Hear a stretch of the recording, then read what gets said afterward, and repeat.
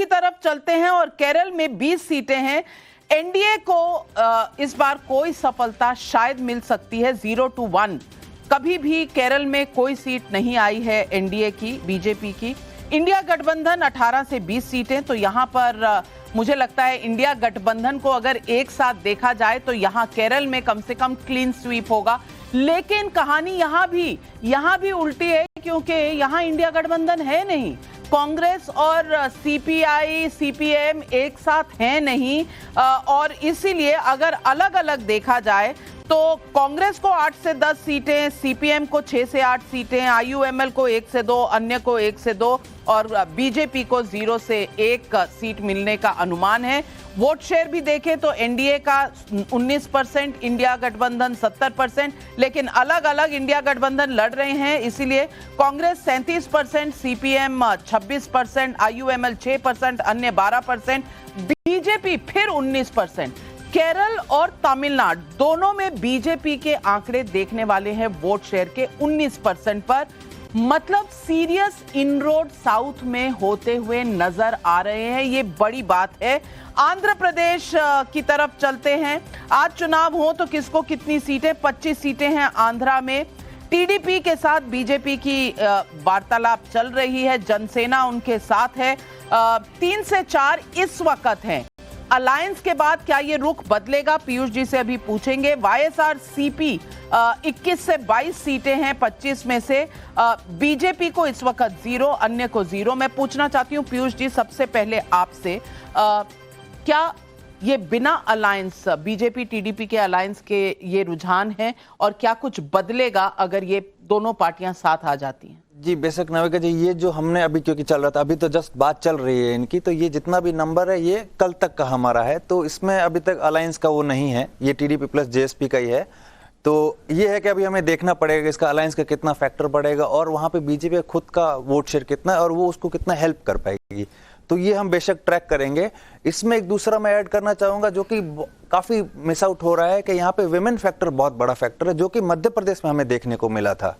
वहां पे जब मध्य प्रदेश में जब एक स्कीम जो मिली, मतलब आपकी लाडली योजना, उससे इतना बड़ा इंपैक्ट पड़ा, तो यहाँ पे जो विमेन फैक्टर है जो कि सभी जगह लाइक मिस आउट हो रहा है, तो वहां पे यहाँ पे जो है वाईएसआरसीपी को उससे बूस्ट मिल रहा है, जो कि हमारा मानना है कि सब लोग मिस कर रहे हो उसको।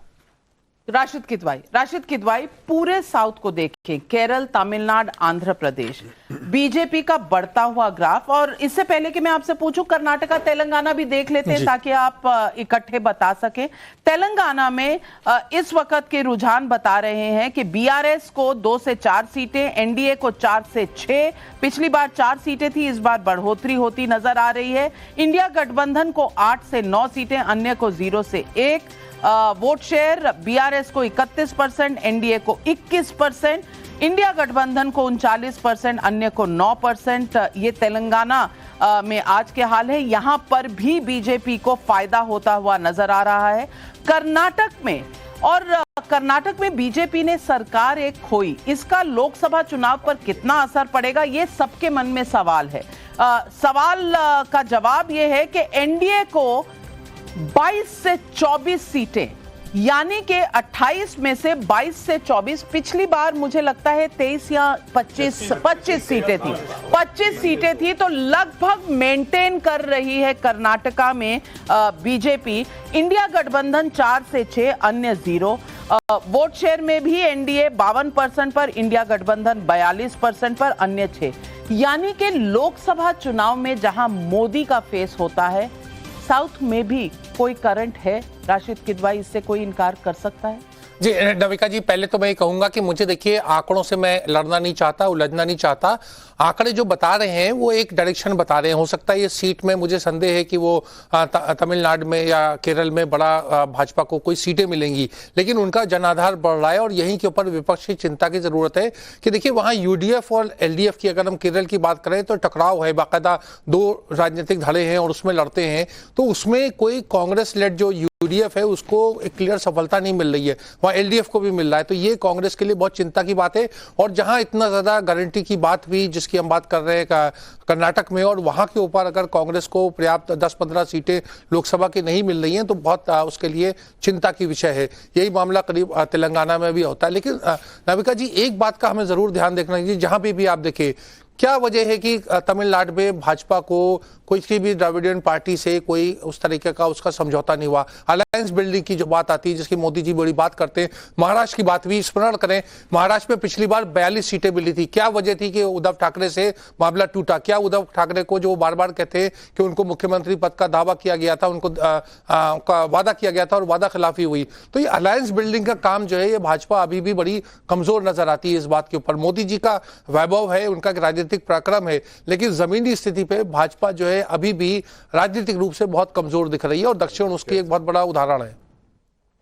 जवाब देखिए, जो आपने आंकड़े बताए हैं, इन सब से एक बात स्पष्ट हो रही है कि भारतीय जनता पार्टी दक्षिण भारत में भी और मजबूत हो रही है। और जब परिणाम आएंगे तो आप देखिएगा ये सब अचंभित रह जाएंगे, क्योंकि केवल वोट परसेंटेज नहीं बढ़ेगा।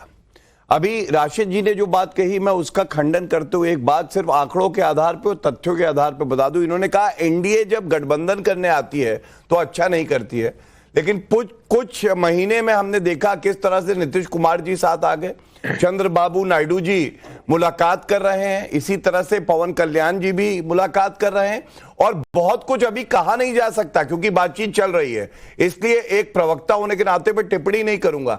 लेकिन जहां एनडीए बढ़ रहा है, इंडी अलायंस सिकुड़ रहा है, ये तथ्यात्मक तौर पे मैं आपको बता रहा हूं, इसलिए ऐसा मत कहिए, यह आरोप बेबुनियाद है कि हम लोग गठबंधन नहीं कर पाते, बल्कि गठबंधन की मर्यादा अगर कोई निभाता है तो वो एनडीए और भारतीय जनता पार्टी। बिल्कुल, और आरएलडी जिस तरह से गई है अलायंस छोड़कर, इंडिया गठबंधन को छोड़कर, और आज ही जयंत चौधरी से मेरी बात हुई तो उन्होंने जो जो बातें कही कि इंडिया गठबंधन की बातें होती है, चाय समोसा होता है और कुछ निकल के नहीं आता, सीटों का बंटवारा या क्या एजेंडा रहेगा, कुछ नहीं निकल के आया। और कांग्रेस की वजह से यह गठबंधन आगे नहीं बढ़ सका, क्योंकि कांग्रेस डिसीजन लेने में बहुत समय लगाती है। अब तक का टोटल हम 209 सीटें लोकसभा की देख चुके हैं, एनडीए 101 पर है, इंडिया गठबंधन बहुत नजदीक 75 पर है, अदर्स 33 पर है। अब चलते हैं पूर्वोत्तर की तरफ, और आज अगर चुनाव हुए तो नॉर्थ ईस्ट में कितनी सीटें हैं? 11 सीटें